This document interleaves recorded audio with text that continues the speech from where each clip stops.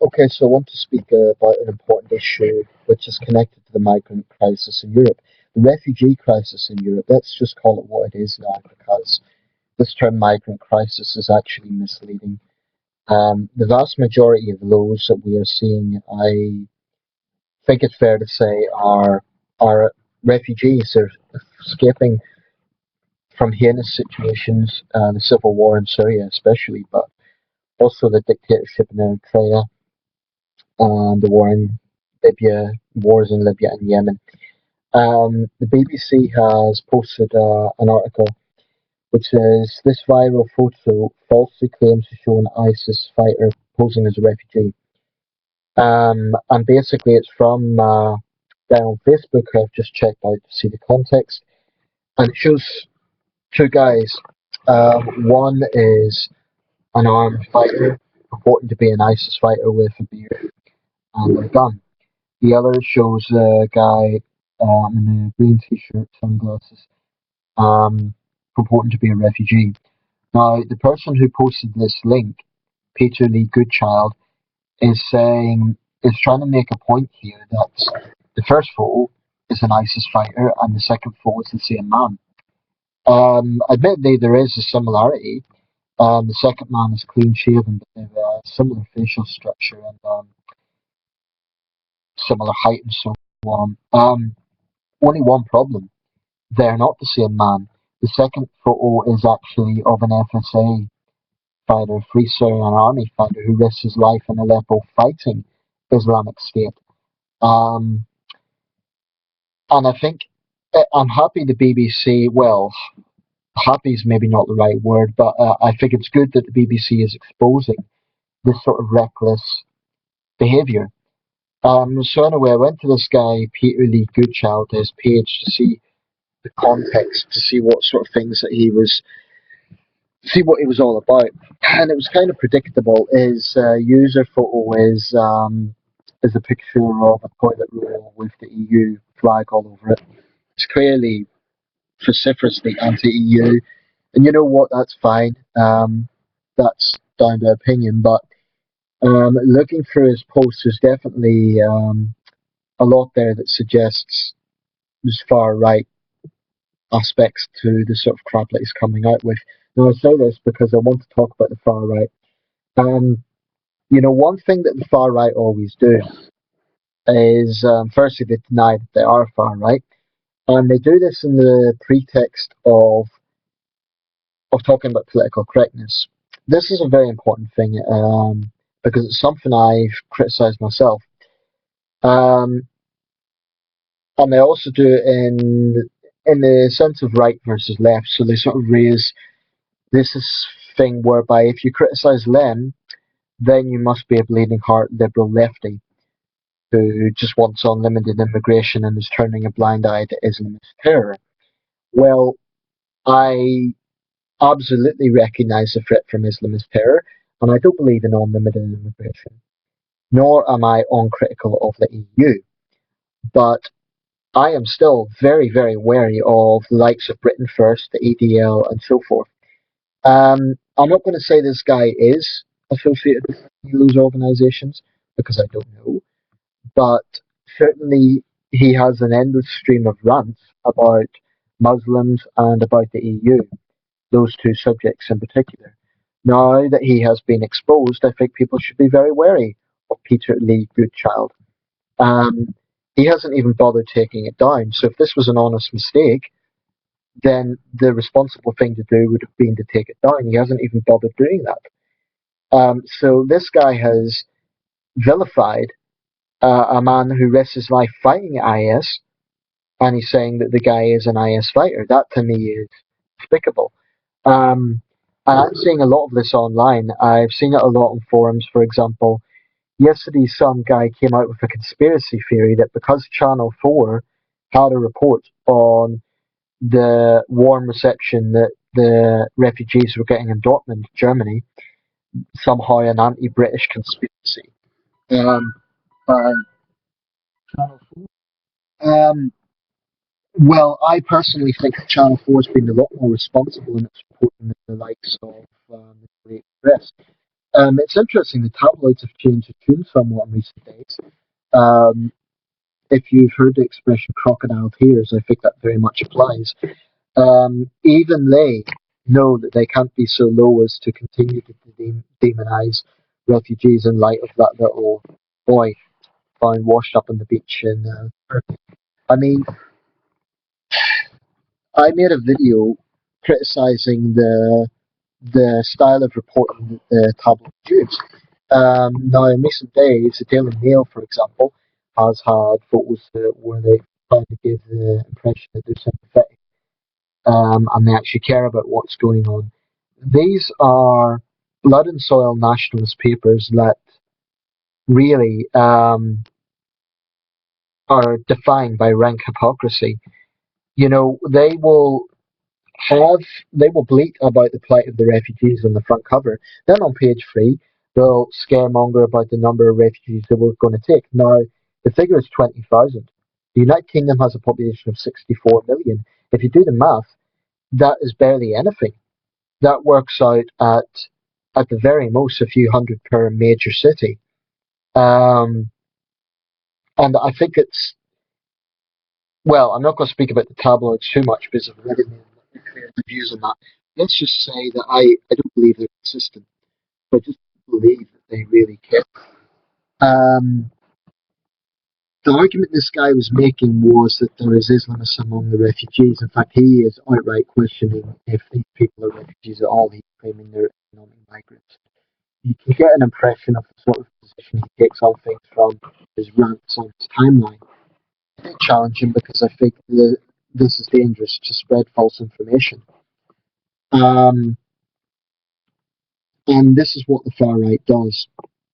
You know, they hide behind sort of saying that if you challenge them, you're being politically correct. Well, you know, it's not a case of being sympathetic to the far left either. To recognise that what the far right are doing is reckless.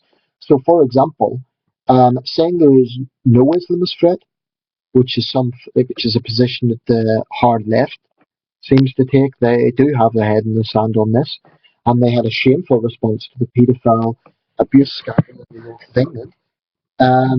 Yeah, I get that, but the far right are equally guilty of demonising all Muslims. That's what they do. So they come out with posts, especially, and I think this is particularly despicable. There was a young British soldier murdered 2 years ago by two Nigerian Islamists on the streets of London, Lee Rigby. This was a very well documented case. Ever since that tragedy, they have shamefully exploited that young man's death to further their own agenda. I think that's disgusting. In fact, his own parents have expressed that they're unhappy about that. And I just think it's reprehensible. I mean, it's right that we were shocked as a nation about what happened, and it's right that we recognise that there is a real threat from ideological Islam. But, and this is a very big but, for them to exploit that death, for them to then turn suspicion against all Muslims, you know, publicly they'll deny they're doing that, but you just have to look at a typical EDL page or Britain First page, and there's some real scary distortion going on there. If you are a level-headed person, you think about it objectively. Just think and look at what they're actually doing. They're demonizing all Muslims. They don't make any attempt to differentiate, and it's very, very common. You'll see comments like, "Oh, we need to protect our heritage. Fuck the foreigners." And they say they're not racist, but when you really dig a bit deeper into these organizations, I think they have a very sinister underbelly, and you really, really need to be careful before contemplating showing much sympathy to them because they're deeply irresponsible. I mean, for goodness sake, Tommy Robinson left the EDL because of this reason. So when you have people leaving the organization, it says something. Um, I think that we have to be very careful with what's happening in Europe. Yes, issues like immigration are extremely important, and definitely the issue of Islamism is important. I get that, but response to it cannot be pandering to the far right. And you know, they don't like being called. What they are. That is the definition. Um, and their distortion enrages me, frankly, because it is dangerous. That's what led to 77 people being murdered in Norway 3 years ago. So we do face a threat from Islamist terror. I believe we also face a threat from the far right. And, I'm consistent in this. I have made videos about the issue of Islamism. I'm not turning a blind eye to that for a second. But people need to be very wary about showing sympathy to these organisations. I'm talking about the likes of Britain First, the EDL, and other organisations that claim that just opposing radical Islam. Because if you look below the surface, there's actually a lot more to them than that. These people are blood and soil nationalists. And although they'll deny it, they're against all foreigners. Um, and the sort of way they spread around false information and scaremonger is outright reckless. That's not about being politically correct. You know what pisses me off about these people is they think they've got a moral high ground. They think like, oh, we're persecuted for telling the truth. No, you're not telling the truth. That is just the point. You're not telling the truth. You're only showing part of the picture, and then you're distorting the rest of it. Um, and like I say, I think I mentioned this in a previous video. This is a very difficult time for centrists because people like myself see a threat from both sides. We see the far right scaremongering and using these sort of antics, but we also see the hard left turning a blind eye to some of the real problems. Uh, and as for being so vociferously anti-EU, well, that's for another video. I personally do understand the critique of the EU, although I think again a lot of it's based on tabloid distortion. And for all the problems the EU has, people that are vociferously anti-EU seem to turn a blind eye to all the benefits from it, such as all the jobs it provides, um, such as the fact that there are no borders when it comes to tracing criminals. All these issues are very, very important, but that's for another video.